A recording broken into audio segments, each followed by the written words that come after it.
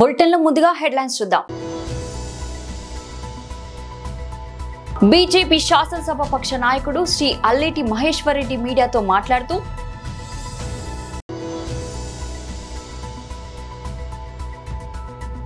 తెలంగాణ భవన్లో బీఆర్ఎస్ నాయకుల press meet.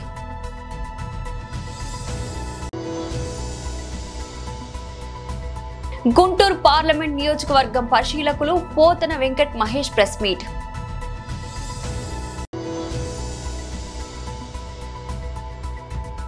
పరువు హత్యలపై సుప్రీంకోర్టుకు విజయ్ టీవీకే పార్టీ. బీజేపీ శాసనసభ పక్ష నాయకుడు శ్రీ అల్లేటి మహేశ్వర్ రెడ్డి మీడియాతో మాట్లాడుతూ రెండు ముఖ్యమైనటువంటి అంశాలని ప్రస్తావించదలుచుకున్నాం. ఒకవైపున ప్రకృతి వైపరీత్యం వల్ల కాలువలు పొంగుతున్నాయి, వాగులు నిండుతున్నాయి, చెరువులు పూర్తి స్థాయికి చేరుకున్నాయి. మరొక వైపున మోకాల్లోతు నీళ్లు అనేక నగరాల్లో వల్ల సాధారణ సామాన్య ప్రజానికానికి పూర్తి స్థాయిలో ఇబ్బంది ఎదురవుతా ఉంది. ఈ యొక్క అంశాన్ని దృష్టిలో పెట్టుకొని భారతీయ జనతా పార్టీ కార్యకర్తలని, ఆ పరిసర ప్రాంతాల్లో ఉన్నటువంటి ప్రజాప్రతినిధులని రాష్ట్ర అధ్యక్షుడు అప్రమత్తం చేశారు. సహాయక చర్యల్లో అందుబాటులో ఉండాలని చెప్పని పిలుపునివ్వటం కూడా జరిగింది. ఎప్పటికప్పుడు రాష్ట్రంలో జరుగుతున్నటువంటి ఒక పరిస్థితిని కేంద్రంలో ఉన్నటువంటి బీజేపీ అధ్యక్షుడు నడ్డా గారు, అదేవిధంగా రక్షణ శాఖ మంత్రి అయినటువంటి రాజ్నాథ్ సింగ్ గారు కూడా ఇటు మంత్రులతో చర్చలు జరుపుతూ మరొక వైపున పార్టీ అధ్యక్షుడితో కూడా మాట్లాడి కార్యకర్తల యొక్క యంత్రాంగాన్ని కూడా అప్రమత్తం చేసి సహాయక సేవా కార్యక్రమాల్లో పాల్గొనాలని చెప్పని సూచించినటువంటి విషయాన్ని ఈ సందర్భంగా తెలియజేస్తున్నాం. ఇకపోతే రాజకీయాల్లోకి వస్తే హైదరాబాద్ ఢిల్లీ నడుమ ముఖ్యమంత్రిని ఫుట్బాల్ ఆడుకుంటుంది కాంగ్రెస్ అధిష్టానం. ఇది అధిష్టానానికి ఈ రోజు వరకు కొత్త కూడా కాదు. మొదటి నుంచి కూడా ఆనాటి ఆంధ్రప్రదేశ్, ఈనాటి తెలంగాణలో ఉన్నటువంటి ముఖ్యమంత్రులని ఫుట్బాల్ ఆడుకోవటం అనేది తరచుగా చూస్తున్నటువంటి ఒక సంఘటనలు. ఈ ముఖ్యమంత్రి ఇప్పటికే ఆ రకంగా హైదరాబాద్ ఢిల్లీ, ఢిల్లీ హైదరాబాద్ చక్కర్లు కొడుతూ ఫుట్బాల్లా నలిగిపోతున్నటువంటి విషయాన్ని కూడా మనం చూస్తున్నాం. ఈ మధ్యలో ఒకవైపున రాహుల్ నిలబడ్డాడు, ఇంకొక వైపున ప్రియాంక నిలబడ్డది. ఇద్దరి నడుమ రేవంత్ రెడ్డి ఉన్నాడని ఒక పెద్ద వార్తగా కాంగ్రెస్ నాయకులు చెప్పుకుంటా ఉన్నారు. మరొక వైపున హెలికాప్టర్లో కూడా వీళ్ళే కలిసి పయనించారు అన్నటువంటి విషయాన్ని కూడా ఒక పెద్ద వార్తగా ఎవరికి వాళ్ళు చిత్రీకరించుకుంటూ పత్రికల్లో ప్రచార సాధనాలకి అందించారు. మధ్యలో నిలబెట్టింది ఆడుతున్నటువంటి ఫుట్బాల్కి నిదర్శనం ఒకటైతే, జరగబోయేటువంటి ఒక బీహార్ ఎన్నికల్లో జరగబోయేటువంటి కాంగ్రెస్ యొక్క ప్రచార కార్యక్రమంలో బీహార్ ట్యాక్స్ ఏ రకంగా రేవంత్ రెడ్డి నుంచి, తెలంగాణ రాష్ట్రం నుంచి వసూలు చేయాలన్నటువంటి ఒక ఆలోచన మేరకు ఈయనకి పెద్దపీట వేసినట్టుగా నటిస్తున్నారు. తెలంగాణ భవన్లో బీఆర్ఎస్ నాయకుల ప్రెస్ మీట్. ఈ ప్రభుత్వం మాత్రం నిమ్మకు నీరెత్తుకున్నట్టు కూర్చొని ఆ ముందు ఆ వరద నష్ట నివారణకు ఏదైతే ప్లాన్ చేయాల్సిందో అది చేయలేకపోయింది. ఇప్పటికి కూడా కామారెడ్డి, సంగారెడ్డి, మెదక్ ఏరియాలో ఏదైతే భారీగా కుంభవృష్టి పడ్డదో, రికార్డు మించి ఏదైతే వర్షం పడ్డదో, ఏదైతే క్లౌడ్ బర్స్ట్ అంటారో, కేవలం 5-6 గంటల్లోనే 25-30 సెంటీమీటర్లు పడి అక్కడ నానా బీభత్సం జరిగింది. అయితే ఇలా చెప్పాల్సింది ఏంటంటే ప్రభుత్వమే ఈ 2 రోజుల్లో భారీ వర్షాలు ఉన్నాయి అని ఒక హెచ్చరిక మాత్రం చేసి వదిలిపెట్టింది. అంతేగాని ఆ నష్టానికి ఎట్లా నివారించవచ్చు, ఏం చేయొచ్చు అన్నది మాత్రం పట్టించుకున్న పాపన పోలేదు. ఆ వినాయక చవితి కన్నా ముందు రోజు బాగా వర్షం పడడం వల్ల కామారెడ్డి పట్టణం అతలాకుతలమైన విషయం మీ అందరికీ కూడా తెలుసు. అలాగే సింగూరు ఆ పైన ఉన్న సంగారెడ్డి జిల్లాలో, అలాగే మెదక్ జిల్లాలో అంతటా కూడా యావరేజ్గా 40 సెంటీమీటర్ల వర్షం పడడం వల్ల చాలా నదులు, వంకలు, వాగులు అన్నీ కూడా ఉప్పొంగి ఎట్ ఏ టైం ఈ వనదుర్గ ప్రాజెక్ట్ ఏదైతే ఉందో అక్కడే దాటిన తర్వాత హల్దీవాగ్ కలిసిన తర్వాత సుమారు 2 లక్షల క్యూసెక్కుల వరద ఒక 1.5 డే పోయిందండి. దానివల్ల ఆ చిన్న చిన్న వాగులు, వంకలు ఏవైతే వచ్చినాయో దానితో ఉన్న వాటర్ అంతా కూడా కమ్మడం వల్ల ఇంకా చాలా ఎక్కువ నష్టం జరిగింది. మెదక్ జిల్లాలో, సంగారెడ్డి జిల్లాలో, కామారెడ్డి జిల్లాలో సుమారు 1,00,000 ఎకరాలకు సంబంధించిన ఏదైతే పంటలన్నీ కూడా మునిగిపోయినాయి. అంతకన్నా బిభిచ్చమైన ముచ్చట ఏంటంటే చాలా గ్రామాలకు రవాణా వ్యవస్థ పూర్తిగా స్తంభించిపోయింది. చాలా రోడ్లు కూడా కొట్టుకపోవడం, చాలా కల్వెట్లు కూడా తెగిపోవడం. ఇంకా ఘోరమైన ముచ్చట ఏంటంటే ఏదైతే నేషనల్ హైవేస్ ఉన్నాయో వాటికి సంబంధించి కూడా రోడ్లు కొట్టుకపోయిన సంగతి మీ అందరికీ కూడా తెలుసు.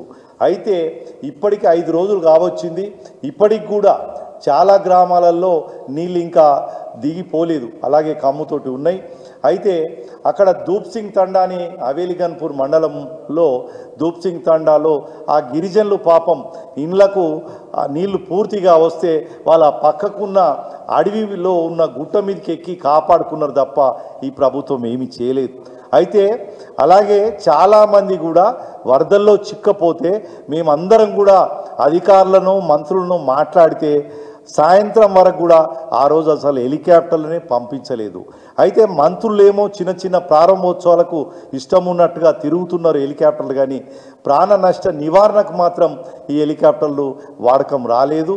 అయితే జిల్లా ఇన్ఛార్జ్ మంత్రులు లేదా జిల్లాలో ఉన్న మంత్రులు కూడా ఆ రోజు సాయంత్రం వరకు కూడా ఎక్కడ కూడా కనీసం సమీక్ష కూడా చేయలేదు. గుంటూరు పార్లమెంట్ నియోజకవర్గం పరిశీలకులు పోతన వెంకట్ మహేష్ ప్రెస్ మీట్. వీడియోని కానీ చూసి ప్రజలందరూ కూడా ఇది ప్రజల కోసం వచ్చిన పార్టీ అయినా, పవన్ కళ్యాణ్ గారు ప్రజల కోసం పనిచేసేటువంటి వ్యక్తి అయినా అని అందరూ కూడా నిన్న ఆలోచనలో పడిపోయారు. ఎక్కడైనా సరే నిన్న జనసేన పార్టీ లెజిస్లేచర్ సమావేశంలో ఎక్కడైనా సరే మీరు చూడండి, రైతుల సమస్యల మీద కానీ, గిట్టుబాటు ధరల మీద కానీ, అదేవిధంగా యూరియా సమస్యల మీద కానీ, స్టీల్ ప్లాంట్ ప్రైవేటీకరణ జరగదు, కేంద్ర ప్రభుత్వం ప్రకటించినటువంటి 34 విభాగాల్లో కూడా ప్రైవేటీకరణ నిలుపుదల చేస్తామని కానీ, అదేవిధంగా ఫీజు రీయింబర్స్మెంట్ అమల్లో ఉన్నటువంటి లోపాల గురించి కానీ, సూపర్ 6, సూపర్ 7 హామీల గురించి కానీ, మహిళలు, చిన్నారులపై జరుగుతున్నటువంటి దాడుల గురించి కానీ, గంజాయి, డ్రగ్స్ లాంటి అంశాల గురించి కానీ,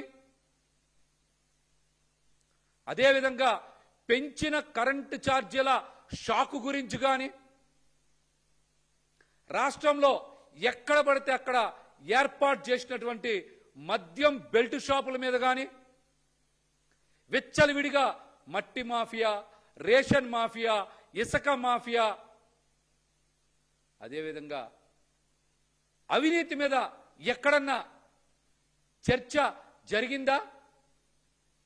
ఇట్లాంటి అంశాల మీద కానీ, అదేవిధంగా పవన్ కళ్యాణ్ గారు ఎన్నికల ముందు కూడా పదే పదే అనేక సభల్లో, సమావేశాల్లో చెప్పారు, ప్రతి నియోజకవర్గంలో 500 మంది యువతకి 10 లక్షల రూపాయల ఆర్థిక సాయం చేస్తామని చెప్పి.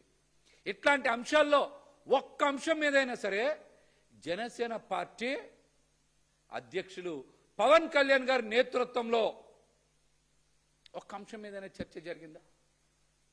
ఒక్క అంశం మీదైనా చర్చ జరిగిందా? ఇవన్నీ ఆశించి ప్రజలు నిన్న భంగపడ్డారు. నిన్న మనకు ఉపయోగపడేటువంటి ఒక్క అంశం మీద కూడా పవన్ కళ్యాణ్ గారు మాట్లాడలేదు. ఇంకా ఎమ్మెల్యేలు, ఎంపీలు, ఎమ్మెల్సీలు దేనికోసం అసలు ఆ పార్టీకని ప్రజలందరూ కూడా జనసేన పార్టీ నుంచి మంచిని ఆశించి అందరూ కూడా భంగపడ్డారు. ఈ పార్టీ జనం కోసం వచ్చినటువంటి పార్టీ కాదు, కేవలం చంద్రబాబు గారి సేవ కోసం తెలుగుదేశం పార్టీకి ఒక అనుబంధ విభాగంలాగా పనిచేసేటువంటి పార్టీ అని నిన్న అందరికీ కూడా అర్థమైపోయింది, ప్రజలందరికీ కూడా. నిన్న చాలామంది జనసేన పార్టీ ఎమ్మెల్యేలు కూడా పవన్ కళ్యాణ్ గారితో 1-to-1 మాట్లాడేటువంటి అవకాశం వచ్చింది, మాట్లాడదాం అని అనుకున్నారు. మంగళగిరిలో మనకి ఎలాగో 1-to-1 మాట్లాడేటువంటి అవకాశం ఇవ్వట్లేదు, కనీసం విశాఖపట్నంలో మరి ప్రత్యేక సమావేశాలు ఏర్పాటు చేశారు కదా. అందుకని పవన్ కళ్యాణ్ గారితో జనసేన పార్టీ ఎమ్మెల్యేలు అందరూ కూడా 1-to-1 మాట్లాడి తమిళ స్టార్ హీరో విజయ్ నేతృత్వంలోని తమిళగా వెట్రి కలకం పార్టీ ఓ కీలక సామాజిక అంశంపై సుప్రీంకోర్టును ఆశ్రయించింది. రాష్ట్రంలో పెరిగిపోతున్న పరువు హత్యలను అరికట్టేందుకు ప్రత్యేక చట్టం తీసుకురావాలని కోరుతూ సర్వోన్నత న్యాయస్థానంలో పిటిషన్ దాఖలు చేసింది. ఇటీవల తమిళనాడులో ఓ దళిత సాఫ్ట్వేర్ ఇంజనీర్ దారుణ హత్యకు గురైన నేపథ్యంలో టీవీకే ఈ నిర్ణయం తీసుకోవడం ప్రాధాన్యత సంతరించుకుంది. వివరాల్లోకి వెళ్తే జూలై 20న తిరునల్వేలిలోని ఐటీ ఉద్యోగి కవిల్ సెల్వ గణేశన్ పరువు హత్యకు గురయ్యారు. వేరొక సామాజిక వర్గానికి చెందిన యువతిని ప్రేమించడమే ఆయన హత్యకు దారితీసింది. ఈ ఘటనపై కేసు నమోదు చేసి పోలీసులు యువతి సోదరుడు సుర్జిత్, తండ్రి షవర్ణను అరెస్ట్ చేశారు. ఈ హత్య రాష్ట్ర వ్యాప్తంగా తీవ్ర సంచలనం సృష్టించింది. ఈ నేపథ్యంలో బాధితుడికి న్యాయం చేయాలని, భవిష్యత్తులో ఇలాంటి దారుణాలు పునరావృతం కాకుండా చూడాలని టీవీకే తన పిటిషన్లో పేర్కొంది. నిజానికి పరువు హత్యలపై కఠినమైన చట్టాలు తీసుకురావాలని తమిళనాడులోని పలు రాజకీయ పక్షాలు చాలా కాలంగా రాష్ట్ర ప్రభుత్వాన్ని డిమాండ్ చేస్తున్నాయి. అయితే ప్రభుత్వం నుంచి ఎలాంటి స్పందన రాకపోవడంతోనే తాము నేరుగా సుప్రీంకోర్టు తలుపు తట్టాల్సి వచ్చిందని టీవీకే వర్గాలు స్పష్టం చేశాయి. కాంగ్రెస్ పార్టీ ఇచ్చిన హామీలు నెరవేర్చడంలో విఫలమైందని, కాంగ్రెస్ పార్టీలో కార్యకర్తలకు భరోసా కరువైందని, కాంగ్రెస్ పార్టీకి రాజీనామా చేసి సెప్టెంబర్ 6న బీఆర్ఎస్ లో చేరుతున్నట్లు విలేకరుల సమావేశంలో ప్రకటించిన మాజీ మున్సిపల్ చైర్మన్ బి కేశవ్, మాజీ కౌన్సిలర్లు, నాయకులు, కార్యకర్తలు.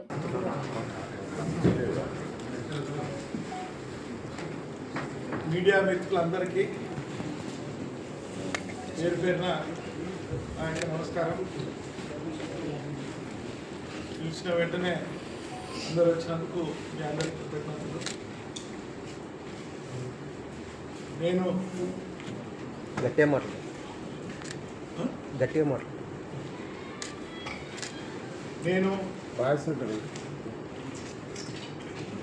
కాంగ్రెస్ పార్టీ లోపల పనిచేయడం జరిగింది.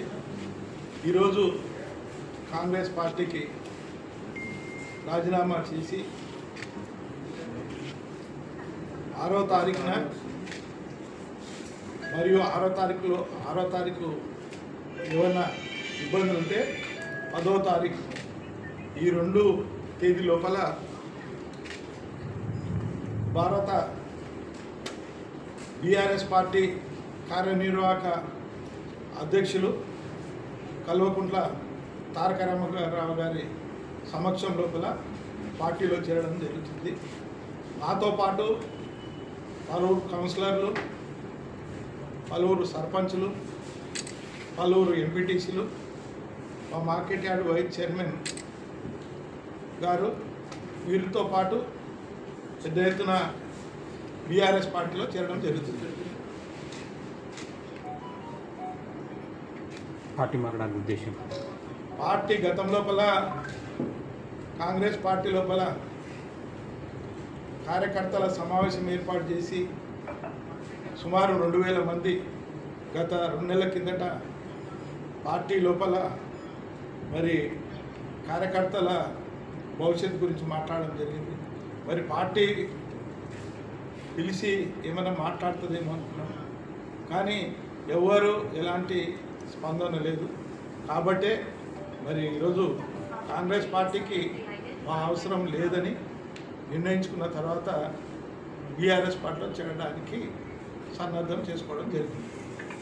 జుబ్బల్ సంస్థలో చేరారు, జుబ్బల్ మీకు లోకైచ్చినట్లేనా? లోకైచ్చినరా అనేది మీకే తెలుసు. మరి పార్టీలో చేర్చుకున్న వాళ్ళు ఆలోచించుకున్నారు. పార్టీలో చెప్పేది ఒకటి చేసేది ఒకటి అంటే మరి మీకే అన్నీ తెలుసు. మీరు నాకంటే మీకే ఎక్కువ తెలుసు ఏం జరిగింది గద్వాల నియోజకవర్గ కాంగ్రెస్ పార్టీ గురించి, రాజకీయ కారణాలు కూడా మీకే తెలుసు. మొన్నటి దాకా తాజా మాజీ మున్సిపల్ చైర్మన్ మీరు ఏ పార్టీ నుండి గెలిచినప్పుడు? బీఆర్ఎస్ పార్టీ నుంచి గెలిచి మళ్ళీ బీఆర్ఎస్ పార్టీలోకి వెళ్తుంది. మళ్ళీ బీఆర్ఎస్ పార్టీల కంటే ఏ పార్టీ తెలంగాణ రాష్ట్రం లోపల మరి ప్రజల పక్షాన పోరాటం చేయడం లేదు కాబట్టి బీఆర్ఎస్ పార్టీ రేపు భవిష్యత్తు లోపల తెలంగాణ లోపల బీఆర్ఎస్ పార్టీ అయితేనే ప్రజలకు న్యాయం చేస్తారన్న ఉద్దేశంతో బీఆర్ఎస్ పార్టీలో చేరడం జరుగుతుంది. కాంగ్రెస్లో ఎవరు పట్టించుకోవడానికే వెళ్తుండ్రు, మాకు టికెట్లు రావని చెప్పి వెళ్తుండ్రని ఆరోపణలు ఉన్నాయి కదా. మాకు టికెట్ల గురించి సమస్య లేదు. మేము ఏ టికెట్ మీద గెలిచిన దమ్ము ధైర్యం మాకు. Congress party BC declaration 42% reservation అంటుంది. మీరు ఒక బీసీ నాయకుడిగా ఒక 2-3 సార్లు మున్సిపల్ చైర్మన్గా పనిచేసారు. ఈ సమయంలో మీరు ఎందుకు రాజీనామా చేస్తారు? బీసీ ఎక్కడ బీసీ బీసీ ఢిల్లీలో ఊపిపోయి ధర్నాలు చేస్తే బీసీ డిక్లరేషన్ కాదు కదా. ఈ గద్వాల బీసీ ఏమైంది? బీసీ నాయకురాలకి బీసీలకి అవమానం అన్యాయం జరుగుతుంది. మరి దాని గురించి పిసిసి అధ్యక్షులు కలిసినారు, ఎంపీ గారిని కలిసినారు, అందరినీ కలిసినారు. ఏఐసిసి మెంబర్లు గద్వాలకు వచ్చిపోయినారు.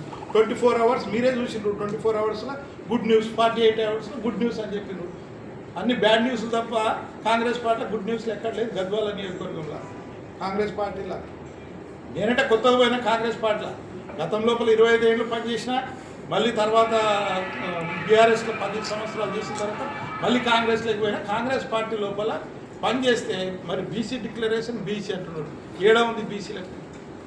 గద్వాల నియోజకవర్గంలో బీసీలు న్యాయం జరిగింది? ఎక్కడ జరిగింది? ఏమిట్లా జరిగింది చెప్పమని చెప్పండి. అన్న ఇప్పుడు అదే బీసీ నాయకులకి మీరు అండగా ఉన్నారు. పార్టీలో చేరిన అండగా ఉంటా నేను మీటింగ్లో చెప్పినారు. సరితకు పూర్తి బాధ్యతలు నియోజకవర్గంలో అప్పచెప్పకుంటే గాంధీ భవన్ వరకు పాదయాత్ర చేస్తాను అని అన్నారు. మరి ఏం లేదు. ఆమె పార్టీ మారలేదు, ఆమె పార్టీలోనే ఉంది, ఆమెకు అండగా ఉంటా అన్న. మీరు ఇప్పుడు పార్టీ మారడానికి కారణం ఏంటి? నేను ఏమంటున్నా 2 నెలలు అయింది, ఎస్ లేదు నో లేదు అన్నప్పుడు ఏం అంటే వాళ్ళకు ఉండొచ్చు, వాళ్ళకి ఇంకా ఉంటే ఏమైనా ఇది ఉండొచ్చు. కానీ నాకు అట్లాంటి ఇట్లా చూస్తే కనపడలే ఎక్కడ. నాకు కూడా టౌన్ లోపల కానీ నాకు కూడా నా వెనుకలో ఉన్న వాళ్ళకి న్యాయం జరగాలనే ఉద్దేశంతో నేను పార్టీని నిర్ణయం తీసుకోవడం జరిగింది. ఎమ్మెల్యే బీఆర్ఎస్లోనే ఉన్న కాంగ్రెస్లో చేరేది అభివృద్ధి కోసం పోయారు. నేను ఇప్పుడు కాంగ్రెస్ పార్టీకి రాజీనామా చేస్తున్నా. బీఆర్ఎస్లో ఎమ్మెల్యే గారు ఉందా అని చెప్తున్నారు. మరి రేపు 6వ తారీఖు కార్యనిర్వాహక అధ్యక్షులు వస్తారు, అప్పుడు చెప్తారు ఎవరు బీఆర్ఎస్ ఎవరు కాంగ్రెస్ అనేది. ఆ రోజు ఆయన చెప్తారు. ఇంకా నేను కాంగ్రెస్ పార్టీలో బీఆర్ఎస్లో సభ్యత్వం తీసుకోలేదు. సభ్యత్వం తీసుకున్న తర్వాత నేను బీఆర్ఎస్ పార్టీ గురించి మాట్లాడతాను. రాష్ట్ర ముఖ్యమంత్రి రేవంత్ రెడ్డి ఎల్లంపల్లి ప్రాజెక్టు పర్యటన వెనుక దురుద్దేశమైన కుట్ర దాగి ఉందని రామగుండం నియోజకవర్గం బీఆర్ఎస్ పార్టీ సీనియర్ నాయకులు వ్యాళ్ల హరీష్ రెడ్డి విమర్శించారు. గోదావరికని స్థానిక మార్కండేయ కాలనీలో ఏర్పాటు చేసిన విలేకరుల సమావేశంలో ఆయన మాట్లాడారు.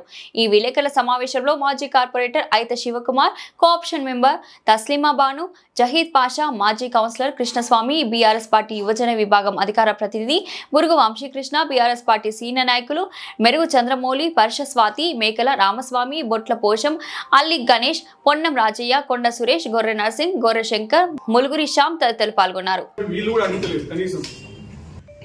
అని చెప్పేసి నిన్న స్థానిక శాసనసభ్యులు రాజ్ ఠాకూర్ మక్కన్ సింగ్ గారు కూడా అక్కడికి పోయిండు. వారు ఒక వారం 10 రోజుల క్రితం వారు ఏం మాట్లాడిండ్రు? కాళేశ్వరం ప్రాజెక్టులో ఏదో 1,00,000 కోట్ల అవినీతి జరిగింది. 1,00,000 కోట్ల అవినీతి ఏందా బాబు? నాకు అర్థం కాదు. ప్రాజెక్టు ఖర్చు పెట్టిన క్యాపిటల్ ఎక్స్పెండిచరే 85,000 కోట్లు. దాంట్లో మేడిగడ్డ, అన్నారం, సుందిలా మొత్తం కలిపితే కూడా 10-15,000 కోట్లు కాదు. మిగతా అంతా కూడా పైన కట్టినటువంటి పంప్ హౌజ్లు, బ్యారేజ్లు, lift, under ground tunnel network, canal network అవినీతి చేసినందుకు మీరు బీఆర్ఎస్ పార్టీ నాయకులందరూ పోయి గోదావరిలో దూకు ఆత్మహత్య చేసుకోవడానికి ఇంతకంటే దౌర్భాగ్యం ఇంకేమైనా ఉంటుందా అని అడుగుతుంది. కాంగ్రెస్ పార్టీ నాయకులకు కొంచెమైనా సెన్స్ ఉంటే ఇలా మీరు వచ్చి సుమారు 600 రోజుల పైన గడుస్తుంది, 20 నెలలో ఏమవుతుంది. ఈ 600 రోజులలో రోజుకొకరు చొప్పున రైతులు 600 మంది పిట్టలుగా రాలిపోయిన ఆత్మహత్య చేసుకున్నారు. మీకేమైనా సోయుందా? అసలు మీరు వరదలపై సమీక్ష జరపరు, రైతుల ఆత్మహత్యలపై సమీక్షలు జరపరు, రాష్ట్రంలో పెరిగిపోతున్నటువంటి గంజాయి కానీ లేకపోతే నేర ప్రవృత్తులపై సమీక్షలు జరపరు, స్కూళ్లలో గురుకులాల్లో చనిపోతున్నటువంటి పిల్లలపై సమీక్షలు జరపరు. ఇవి ఏమీ లేదు. 24 గంటలు పాడిందే పాట పాస్వాల పాట అన్నట్టు గదే కాళేశ్వరం గురించి మాట్లాడాలి, కేసీఆర్ గారిని బదనాం చేయాలని ఒక దురుద్దేశంతో మీరు పరిపాలిస్తున్నారు తప్ప ఈ ప్రజలకు పనికొచ్చే ఏ ఒక్క నిర్ణయం కూడా మీరు తీసుకోలేకపోతున్నారు. వరదలతో 3-4 రోజుల నుంచే చెప్తున్నారు, ఈ వాతావరణ శాఖ చెప్తుంది రాష్ట్రంలో వరదలు బీభత్సంగా రాబోతున్నాయి, వర్షాలు కురవబోతున్నాయి అని చెప్పేసి చెప్తా ఉంటే ఒక్క సమీక్ష కూడా చేయలేదు. మాన్సూన్ ప్రిపేర్నెస్ మీటింగ్స్ అనేది తెలియదు ముఖ్యమంత్రి గారికి, ఒక్క సమావేశం పెట్టరు. ఇలా గ్రౌండ్ మీద కూడా ఏకైక మంత్రి నాకు తెలిసి సీతక్క గారు తిరుగుతున్నారు తప్ప ఏ ఒక్క మంత్రి గారు కూడా తిరుగుతలేదు. ఏరియల్ టూర్లు అంట వీళ్ళకు, అదేంది హెలికాప్టర్ పిచ్ ఎక్కువ అయిపోయింది రాష్ట్రంలో ఉన్నటువంటి నాయకులకి. 24 గంటలు తుమ్మిన దగ్గిన రిబన్ కటింగ్లకి హెలికాప్టర్లో తిరుగుడు తప్ప ఇలా వరదలలో తిరిగి కనీసం కాళ్ళ కింద నీళ్లు బురద తగిలించుకొని తిరగాలన్న సోయి కూడా లేదు వాళ్ళకి. అంటే ప్రజల దగ్గరికి పోవద్దు, ఆ బురద కాళ్ళకి అంటద్దు, ప్రజల్ని పరామర్శించద్దు. వారి ముఖ్య ఉద్దేశం చాలా దారుణంగా ఉంది. ఇప్పటికైనా మీరు కాళేశ్వరం పట్ల మాట్లాడుతున్నటువంటి అవాకుల్ని చెవాకుల్ని వెనక్కి తీసుకోండి. ప్రజలందరికీ ఇలా రాష్ట్ర రైతాంగం మొత్తం నిర్ణయించుకున్నారు. రానున్న రోజుల్లో ఖచ్చితంగా కాంగ్రెస్ పార్టీని తీసి బొందబెట్టడమే కరెక్ట్ మార్గము. లేకపోతే రైతులకు ఎటువంటి సాయం జరగదు, రైతుల జీవితాలు మళ్ళీ బాగుపడవని చెప్పేసి రైతులు కూడా నిర్ణయించుకున్నారు. మీరు అందుకు తగ్గట్టే ఒళ్ళు జాగ్రత్త పెట్టుకొని పరిపాలిస్తే మంచిది, లేకపోతే రైతులు మీకు తగిన బుద్ధి చెప్తారు రానున్న రోజు. బులెటిన్ ముగించే ముందు హెడ్లైన్స్ మరోసారి. బీజేపీ శాసనసభ పక్ష నాయకుడు శ్రీ అల్లేటి మహేశ్వర్ రెడ్డి మీడియాతో మాట్లాడుతూ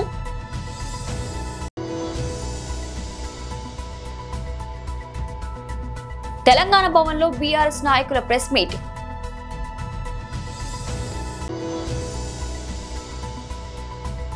గుంటూరు పార్లమెంట్ నియోజకవర్గం పరిశీలకులు పోతన వెంకట్ మహేష్ ప్రెస్ మీట్.